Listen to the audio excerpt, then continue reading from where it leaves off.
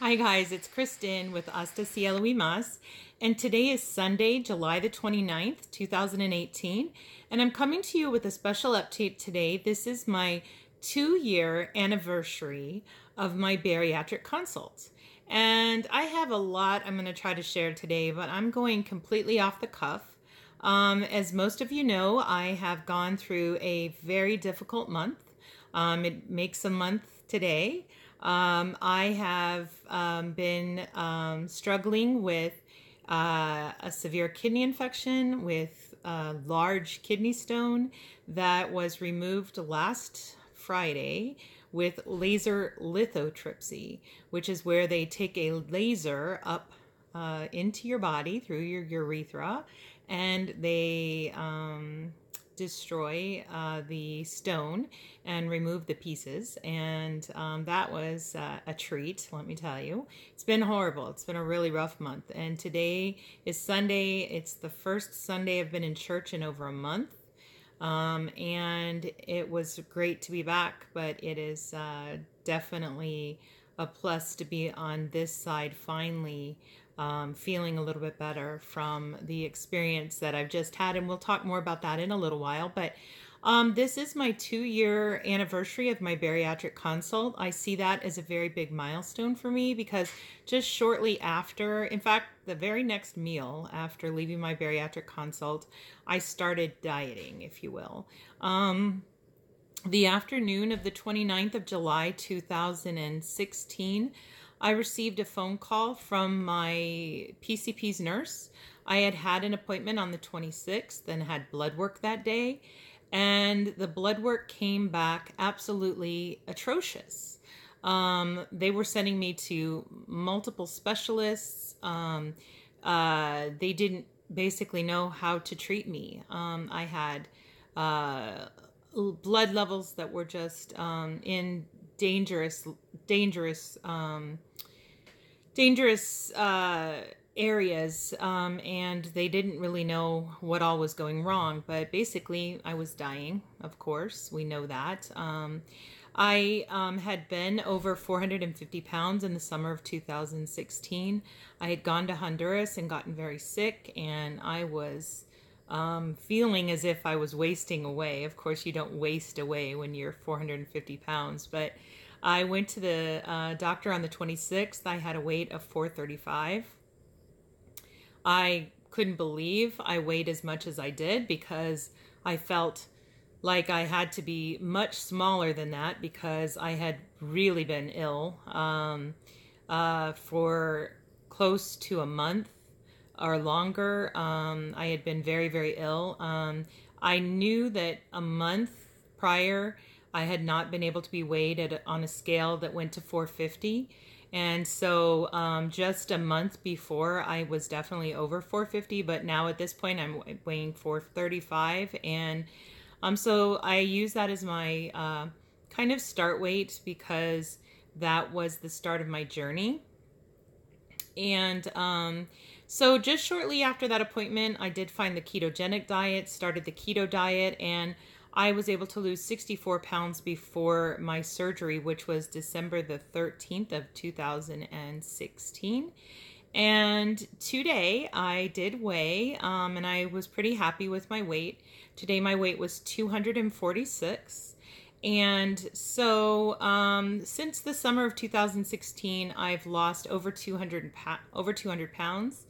At a point before my plastic surgery, I did see a weight of 240. But I do think that might have been a scale fluke because I never ever saw anything close to that again. And so before plastics, I had a weight of 256, and I did not feel like I had regained from my lowest weight. I really didn't know what was going on weight-wise at that point. So we're going to say that in the past month and a half since plastics, I've lost 10 pounds.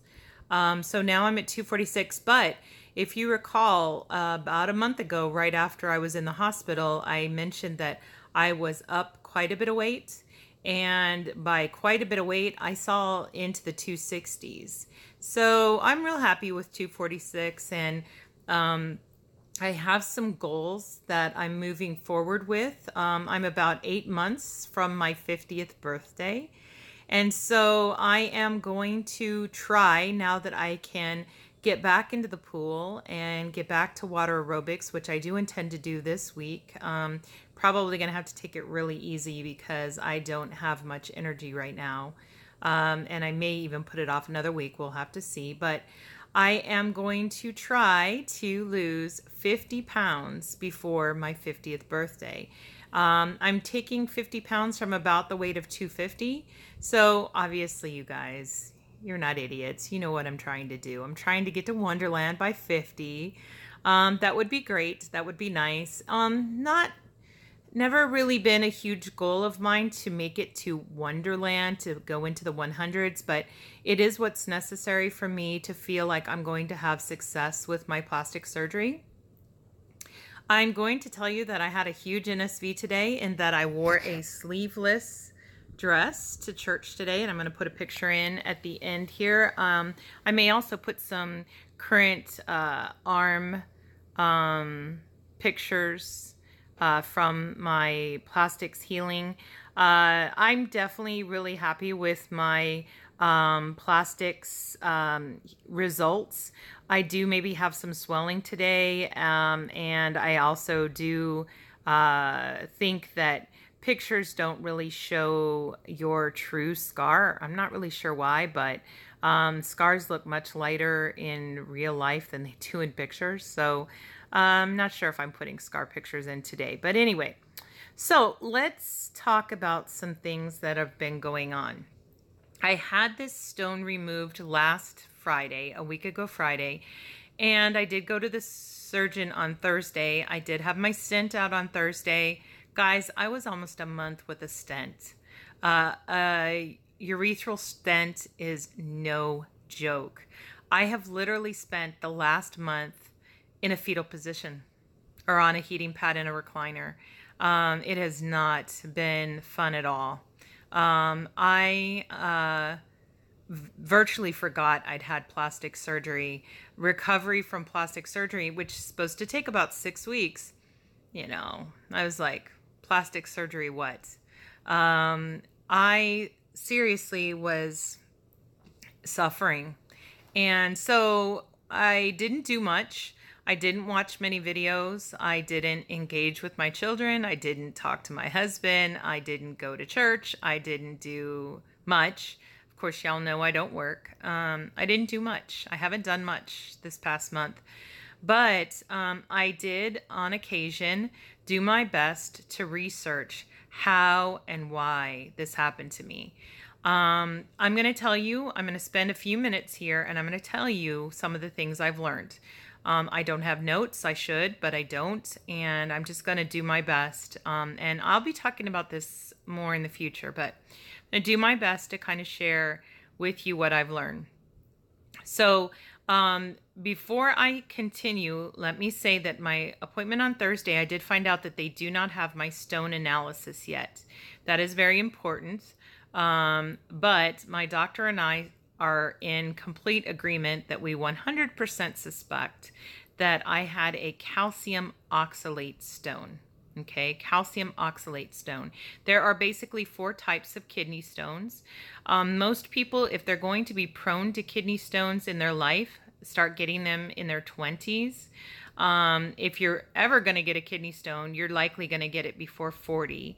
And it's very, very, very rare to get stones, a first stone after the age of 40. I am 49. This is my first stone. I have made friends with another woman, another Texan lady, who is 5 years post Roux-en-Y. And she is about 10 to 15 years older than I am. And she recently had her second stone 5 years post Roux-en-Y. First stone occurring at about 2.5 years, 3 years post Roux-en-Y. And it was 3 times the size of my stone. These are the largest stones I've ever even heard of. Mine being 12 millimeters, hers being 35 millimeters. And she's had two. This is her second. And so she and I have become friends, and we are investigating together, researching together. I will tell you that I've significantly increased my water, and I have significantly decreased my sodium. Those are two things that are important to do when you are dealing with a calcium oxalate stone. I will also be having a urine analysis, a 24-hour urine analysis, where I will be collecting my urine for 24 hours to have it analyzed to see what my mineral makeup is of my urine.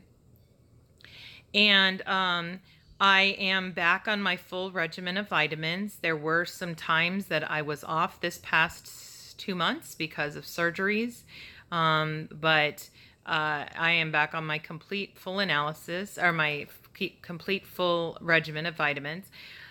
I did find where Dr. K in California, I don't know how to pronounce his name, and I should have practiced it before I got in here, but DSers will know who I'm talking about.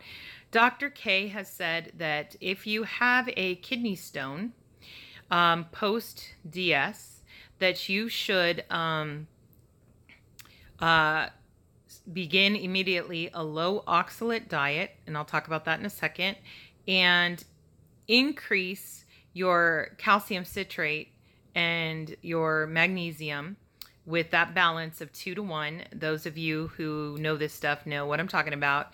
Let's say your calcium is 1200, you need your magnesium at 600. Let's say your calcium is 1800, you need your magnesium at 900. That's where I was. I was at a 1800 to 900 balance. My calcium was high. It was good, and I eat a lot of calcium-rich foods, so I just felt like that was probably where I needed to be. However, I think I'm probably going to end up needing to be at around 2800 calcium and 1400 magnesium, but I'm going to be meeting with my bariatric surgeon and showing him all the research I've done by the time I get to that point, and share with him my findings and see what his thoughts are on that. So that's kind of where I'm at with calcium and magnesium. Now let's talk about the elephant in the room. The elephant in the room is that literally I could live on a high oxalate diet.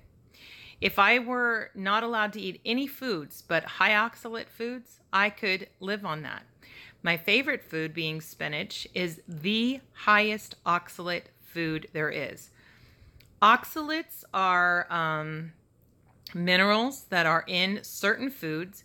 A lot of times they're bitter foods, but certain foods that that I believe form with calcium and create stones. Okay, I think if I understand it correctly, that's what happens. So the types of food that I enjoy eating are absolutely the worst types of food for the creation of kidney stones. I'm going to give you a list of about 5 of these foods, and you'll understand if you follow keto or know that I am a ketoer, you'll understand where I'm coming from. So spinach, absolutely off the charts, the highest oxalate food you can eat, with an oxalate level, and they're all leveled, and it's kind of seems random, but they're all leveled, an oxalate level of 655. Okay, 655 for a serving, one serving of this food. Almonds and nuts and nut butters and nut milks are all super high on this oxalate chart. Okay,